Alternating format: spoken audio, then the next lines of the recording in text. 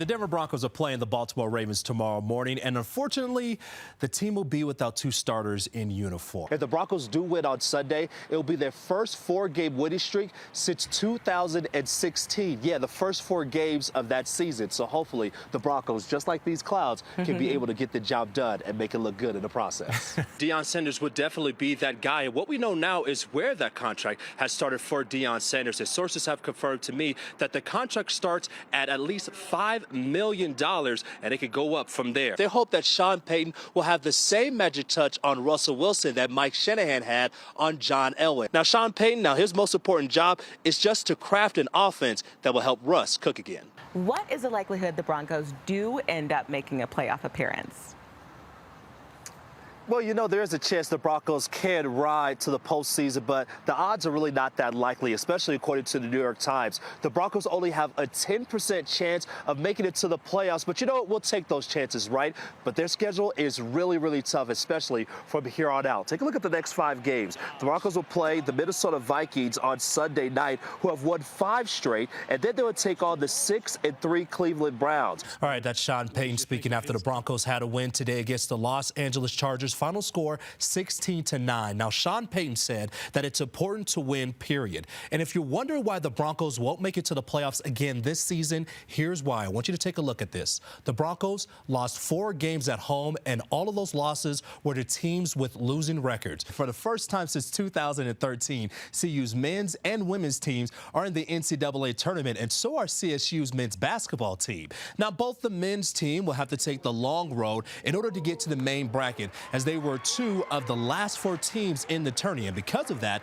the Buffs and the Rams will play in the first 4 games in Dayton. Let's just take a look at the Big Ten championship game that was shown right here on CBS. And that game between Iowa and Nebraska was the most watched women's basketball game in 25 years. Get this, at one point, there were 4.4 million viewers nationwide. All the Power 5 conferences also reached new highs in fans watching their games and also in ticket sales. At home, CU has seen an increase in almost an average of 4,000 fans in the stands compared to last year, and their impact is being felt by the next generation of Hoopers.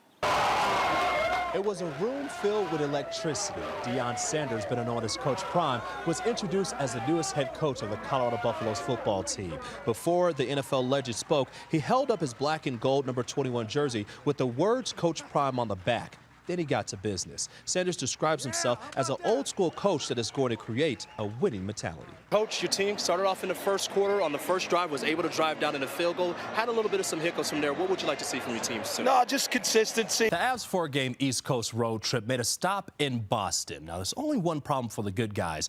The Boston Bruins have lost a home game this year. One of the biggest questions for Washington State will be what will happen to them next year. As you know, Washington State and Oregon State are the only 2 teams left in what was the Pac-12. The hope here is that fans will celebrate a possible Stanley Cup championship tonight like they did when the Broncos won the Super Bowl back in Super Bowl 50 in 2015, and not like when the Avs first won the Stanley Cup in 1996. Your team's up by 26, but you left a lot of points on the board right now. What are you looking for in the fourth quarter?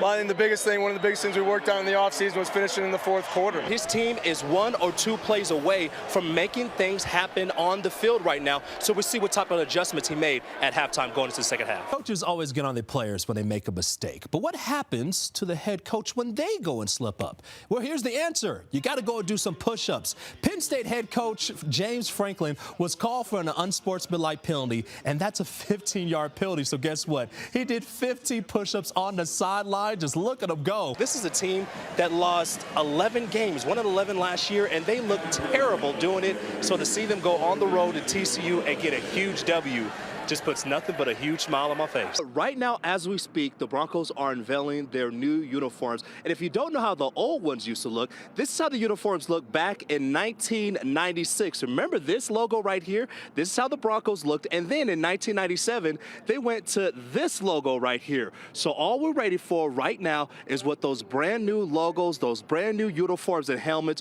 will look at. But with that being said, it's not about us. It's about the fans who are here right now waiting in line, being able to look at those new uniforms, and I'm here. Let me get your name, first of all. I'm Alex. Alex. First of all, Alex, what do you think about these new uniforms? Haven't seen them yet, but what's the anticipation that you have so far? If you have tickets to get to the game today, make sure you're in your seats at 4:45. That's when all the celebration inside will go. But if you're outside, make sure that you're able to shoot some threes. Oh, buddy! And you can make it just like that, too, baby. Brian, we're going to have fun, baby. That's what we're going to do, just like the Nuggets did last year. Winning championships, baby. Let's go. Field goals won't be the Chiefs this week because you have to score touchdowns. So with that in mind, I recruited my 18-month-old son just to show the Broncos just how easy it is to get into the end zone. Check it out.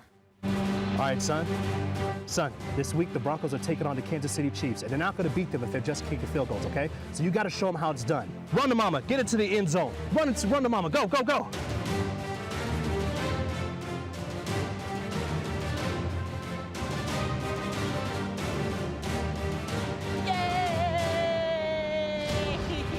All right, touchdown. There you go, son. Woo, there you go. There you go, son. I told you how to do it. Yes. Ah! Before we go, Easton, now I got a football right here. You think you can hit me on a pass? All right, let's see what we can do. See if my man Easton got me on a pass over here, all right? Here we go, baby. You call it. Oh, one-handed. And he did it. Whoa! The last time that Kyle Freeland was actually here on the mound at Thomas Jefferson High School was 13 years ago, and during that time, he set the state record with 145 strikeouts. So you know how to go and get the lowdown on Mr. Kyle Freeland, especially how he was as a student and go down memory lane. And that's when I had a chance to speak to one of his former teachers, and that's Matt Nicolo, who was Kyle Freeland's business and marketing teacher for 3 years. And he loved every moment that he had Kyle Freeland in his classroom. Now, Matt has Kyle's signed high school jersey. He also has a Rockies bobblehead with Kyle Freeland's face all over it. Now, Matt said Kyle was just an easygoing student who could get along with just about everyone, but that all changed one day where he challenged Kyle on the baseball field. And I'd always say, hey, Kyle, man, one of these days I'm going to come out to batting practice. I'm going to show you what a real hitter can do. His face would turn, and he would be like, bring it. And to be honest with you, I was scared to death because I thought he would bean me. So I never went out to do it.